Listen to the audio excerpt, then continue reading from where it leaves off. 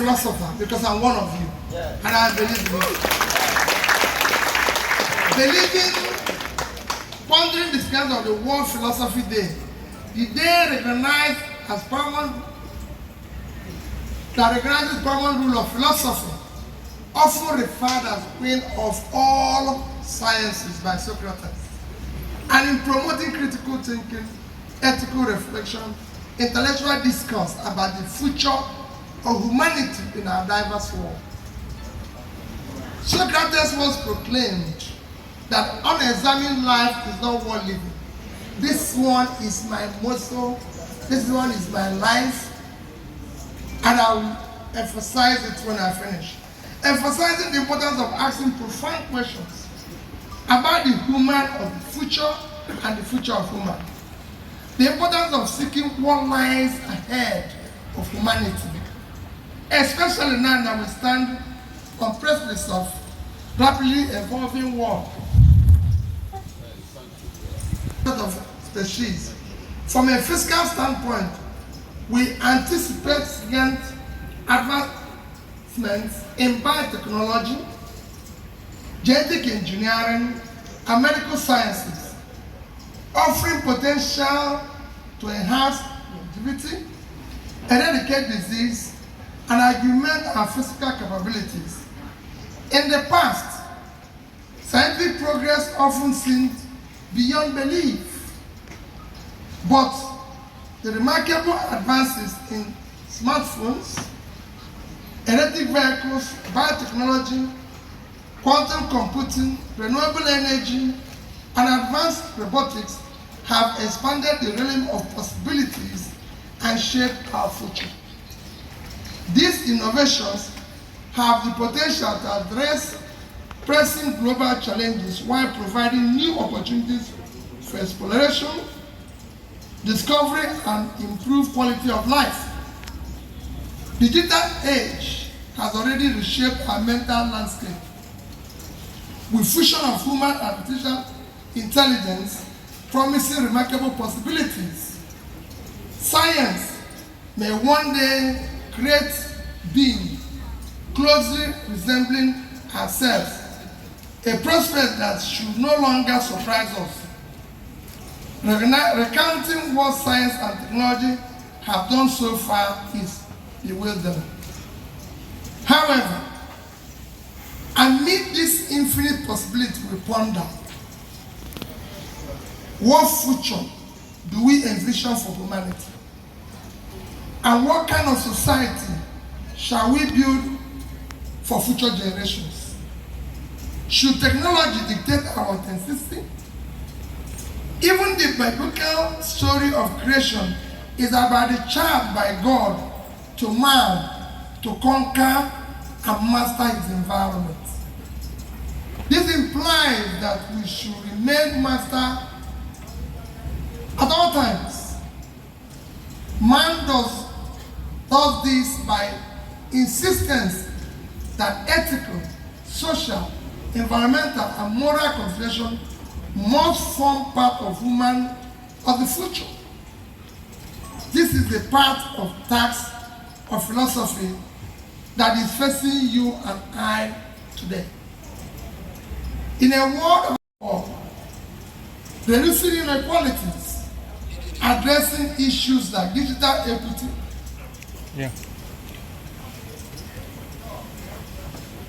data privacy, and fair resource distribution.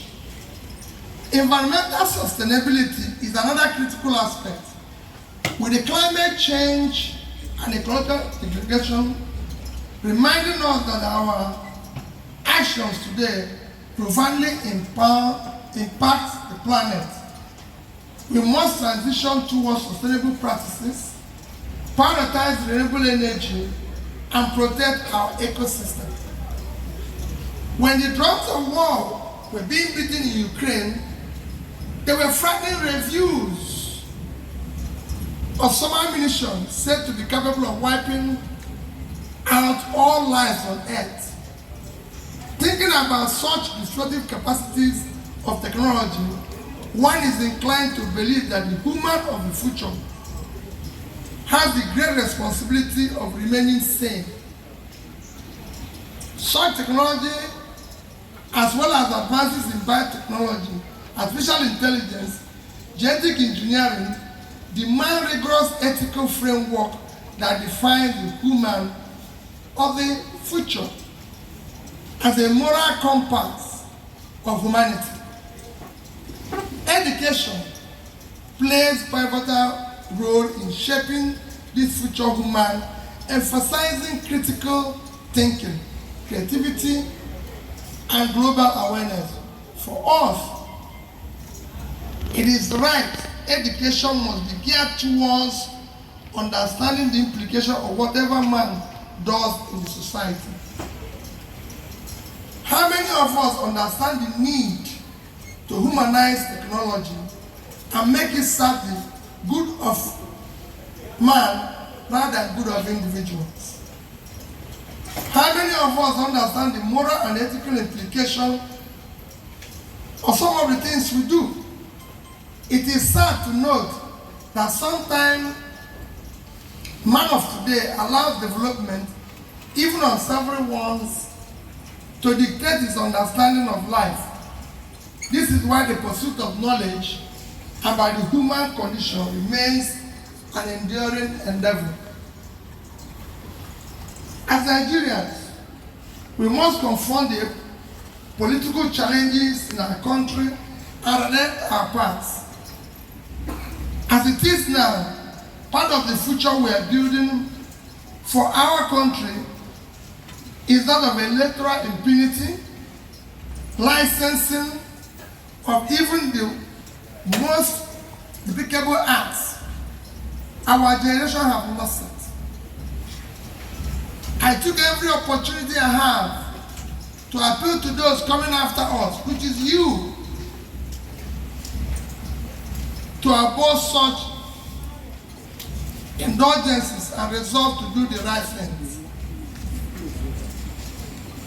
So, in conclusion, the human of the future and the future of human are intertwined. Our choices of values, actions today shape our evolution. We stand at a crossroad with the power to harness technology for greater good or succumb to short-sightedness and division. And that brings me to where I'll make comments that what I said about the issue of unexamined life is not worth living. That for me is the fundamental thing about philosophy.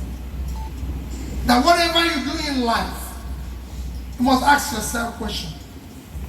What am I doing? This thing I'm doing, what is implication to humanity? How does it benefit humanity? Because whatever action we take must be geared at helping humanity.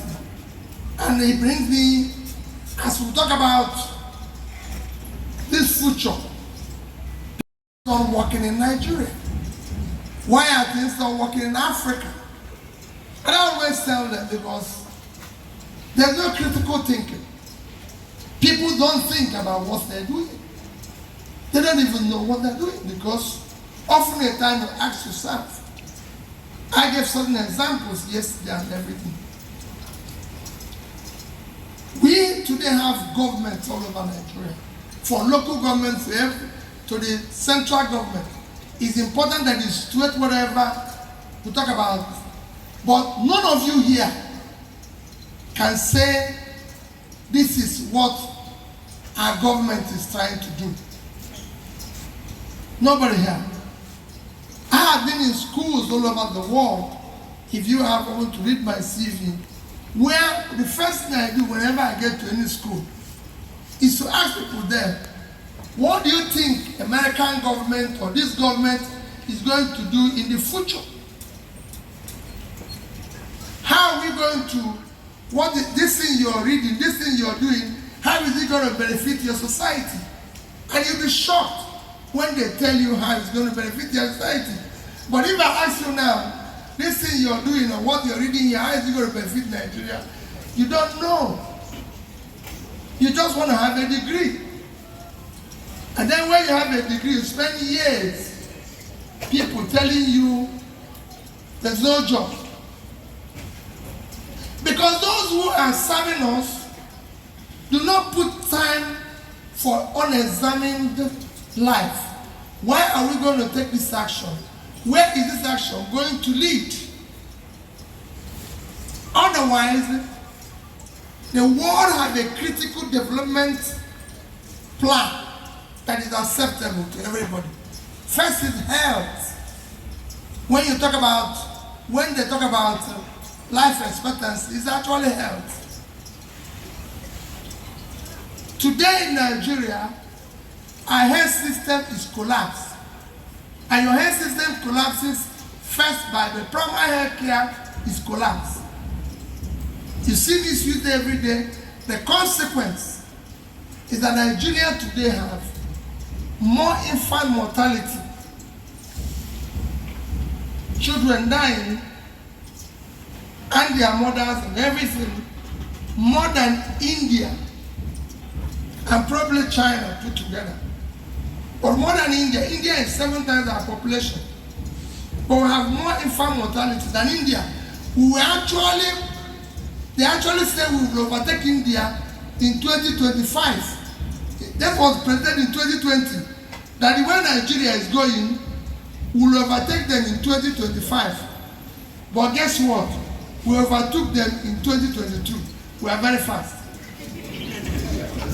On the wrong path. And nobody's worried about that in governance. Because there's no critical thing. Nobody's saying, no, we can't have this. What are we going to do? We're going to build schools of nurses. We're going to build schools of... So when people see me going to school, the other thing is the issue of education. Education is foundation of human capital development. What drives development is education, it's human capital development. You can't continue to build physical. If you go around Nigeria, people say, oh, they built this tower, they built this road, they built this meeting room, they built this conference center, they built absolute. Not required if you are not investing in the human capital. I was in Bangladesh and I used to tell people, when I visited schools in Bangladesh, for students there were learning with computer. Today, Bangladesh has moved from low human development index, where we are still stuck, to medium and are moving to high. Because they invested in humanity. Like I said yesterday, you have professors here who, if they decide not to spend their income, for you to be a professor, you must have spent 10 years in university, no matter how clever you are. Minimum 10 years. So nobody's the average age of professors are 40 years. They will even be higher than that, but let me put 40. And they will retire at 70. So if you become a professor at 40, on the average, and you decide to keep your salary, it will not give you 144 million naira. Don't eat, don't do anything, just keep the salary. That is not enough to buy a car for a legislator in Nigeria. And you're supposed to be a professor, researching, cracking your brain. So there's no way you can continue to think with that type of living. It's not possible. Professors in schools that have been, I can tell you, if you go today to say a state like California, a professor in Stanford earns more salary than the governor of California. A professor in Harvard earns more salary. When I was in Kellogg, a professor in Kellogg earned more money than the governor of Illinois. They earn more money than senators, half of rep members in America. That is how we can work. Because we don't believe in education. Of course, that is number thing. Two things to recognize development. Finally, to recognize development is poverty, is to put in what they call per capita income poverty, you can say it. that is pulling people out of poverty. In this country, nobody cares. We have inequality, one of the worst in the country, in the world. Nobody cares. I just tweeted last few weeks, and people were asking me, and I said it's true.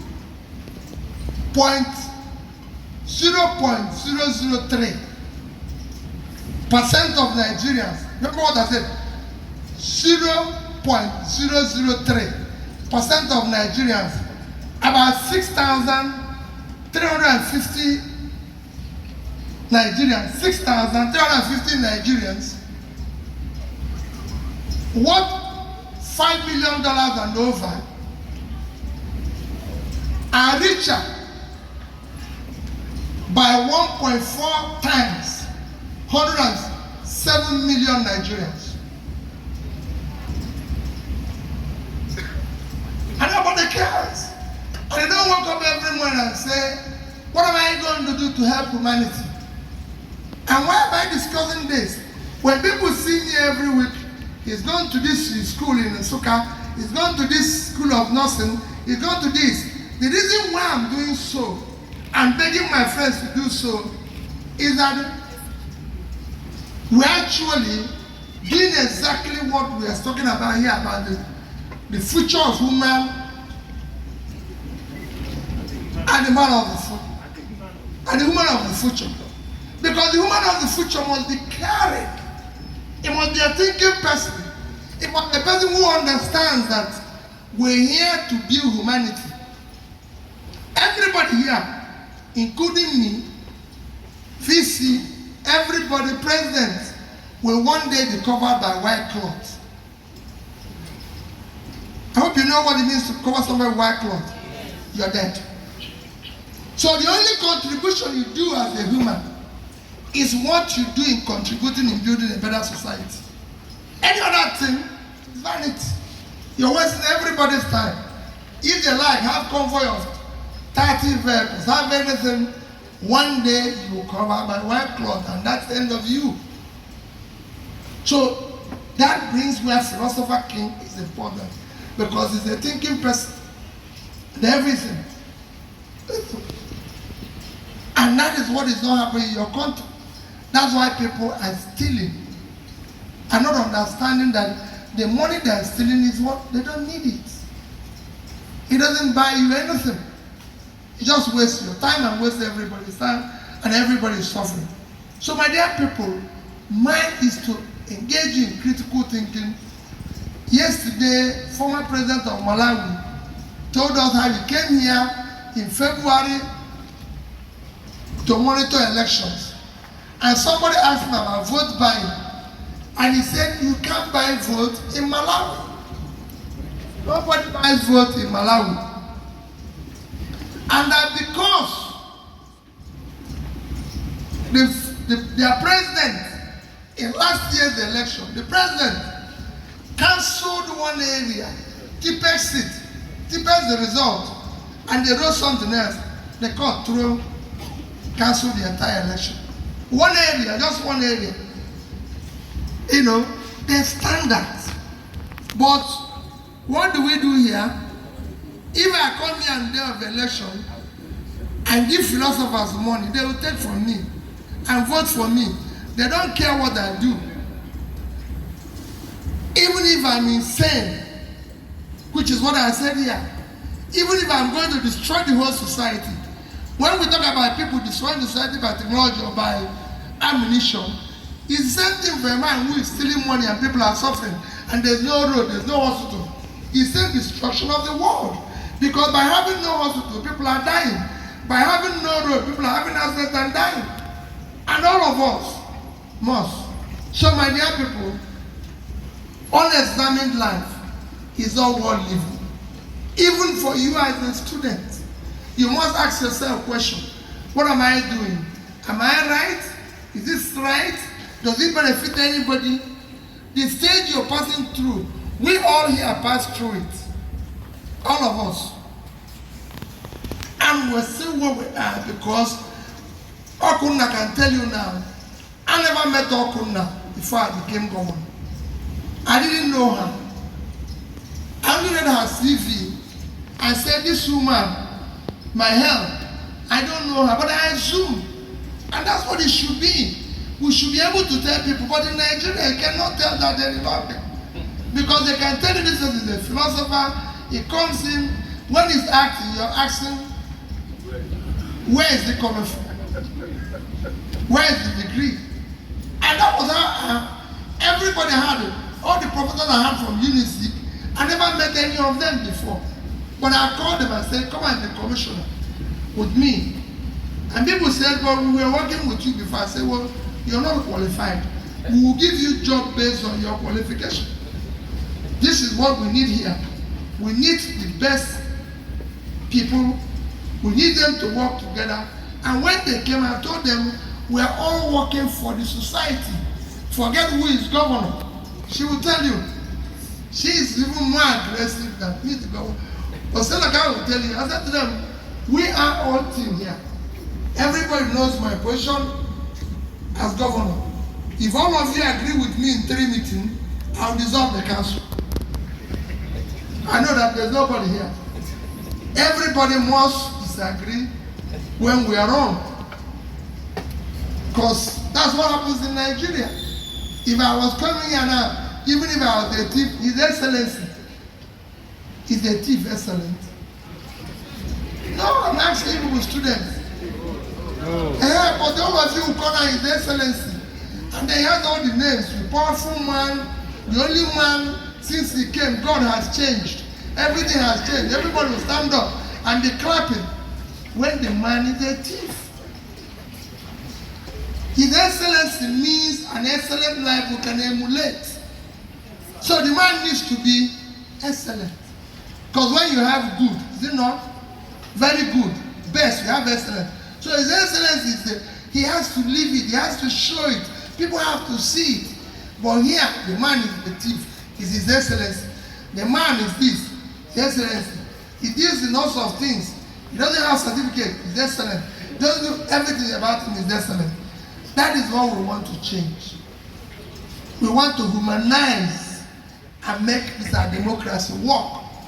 The technology of the world should not change the human. The human should change the technology. We shouldn't have beavers that is working everywhere in Nigeria. It's not working. To even upload it, it's not working. Everywhere it works, except in Nigeria.